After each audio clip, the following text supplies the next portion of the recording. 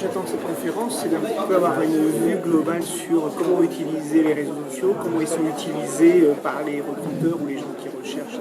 J'attends effectivement d'en savoir un peu plus sur ces questions, sur les réseaux sociaux, comment les utiliser, leur faire un outil performant. Merci d'être venus donc pour cette soirée à Nara Club sur les réseaux sociaux. Ça fait suite à la précédente soirée sur les réseaux qu'on avait organisé avec Hervé Bogard. Qui a un compte Twitter? Ah, quand même, hein. Ouais. Donc, qui se sert de LinkedIn une fois par jour au moins, pour voir? D'accord. La question que vous posez toujours, c'est ce qu'il faut y être. Je pense que vous êtes tous répondu, on est sur une large majorité.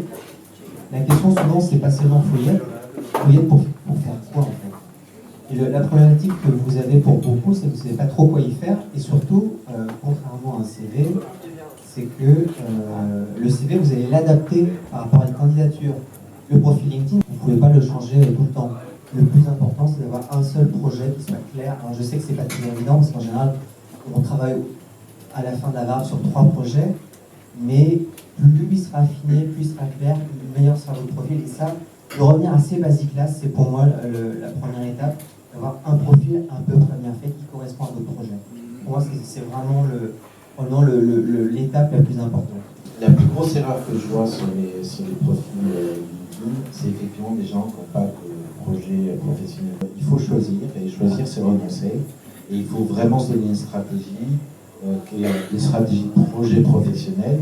Et une fois que ça, c'est clair, derrière, vous allez dérouler une stratégie marketing dans laquelle les réseaux sociaux vont intervenir énormément aujourd'hui.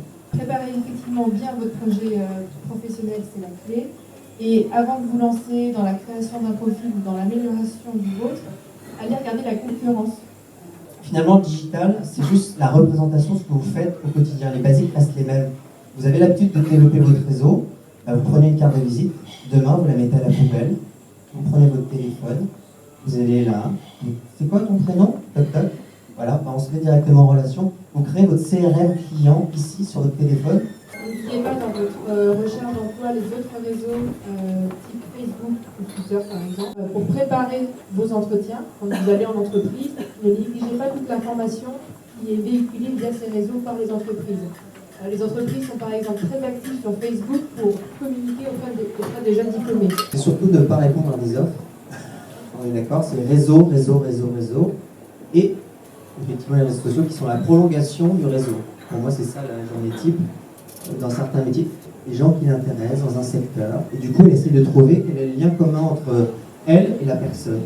C'est pour ça que son travail, c'est de monter son réseau à la fois physique et online. Elle m'a dit, toutes les semaines, j'essaie d'inviter une personne sur LinkedIn à déjeuner. C'est vraiment avoir ce réflexe de faire le lien entre le digital et la rencontre. Il ne faut pas se dire que le digital, ça va être magique. C'est vraiment la combinaison de rencontres réelles que vous arrivez à entretenir grâce aux réseaux sociaux. On a intégré en interne dans le département une personne qui va dédier son temps à chercher des candidats via les réseaux sociaux. Tous les responsables RH comme moi ont aussi une licence LinkedIn. Et moi, ça m'arrive régulièrement de faire mes recherches aussi sur des postes assez précis de candidats que je vais contacter directement. Je vais vous raconter une anecdote. Vous savez, à la VARAP, on a un exercice en démarrage qui s'appelle le CV qu'on se passe. On évalue, qui s'appelle comment déjà? CV tournant. CV tournant, voilà, super. Et en fait, cette idée, je l'ai trouvée tellement géniale en 2010 que quand j'ai commencé à faire des formations LinkedIn pour les recruteurs, les RH, j'ai pris cet exercice et je l'ai transformé en LinkedIn tournant. Monsieur? Oui, j'avais une question. Pouvez-vous nous décrire une journée type de chasse? Quand on prend une mission, on va écouter le client, prendre sa description de poste, il en a une. Il y en a, c'est nous qui l'écoutons. Mais même s'il en a une, nous, on va la reformuler avec des mots-clés qui vont bien, et donc ça donne envie. Moi, je vais à la pêche avec des filets de tailles différentes.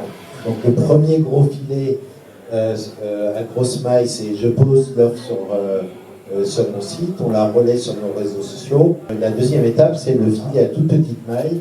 Là, c'est dire où est-ce qu'on peut trouver les gens. Donc, le premier réflexe sur LinkedIn, c'est de prendre des mots-clés caractéristiques. Souvent, dans LinkedIn, c'est la synthèse de ceux qui ont changé de poste. Et là, le commentaire basique, c'est de dire félicitations, bravo, etc. Moi, je trouve que celui-là, il est important. Commentez, likez. Une fois que vous le faites un peu, vous êtes habitué, jour 1, jour 2, vous pouvez publier un truc. En général, c'est la première phase. Donc, par exemple, intéressant. Ça peut être aussi une façon de montrer que vous êtes intéressé parce que partage un contact intéressant ou un expert. Ça peut être aussi une façon d'engager la conversation. Pour des profils un peu plus expérimentés, on va être proactif et les recruteurs vont être proactifs pour aller faire eux-mêmes les recherches. D'où l'intérêt d'avoir son profil LinkedIn bien rempli, les bons mots-clés, d'avoir regardé du coup ce que font, comment se positionnent les autres personnes dans votre secteur d'activité et bien identifier quels sont les mots-clés parce que c'est comme ça qu'on fait nos recherches côté recruteur, on fait des recherches par mots-clés. J'aurais des applaudissements pour remercier nos invités. Merci beaucoup. Donc rendez-vous le 5 novembre pour l'Optimiste, si ça vous intéresse. Bonne soirée.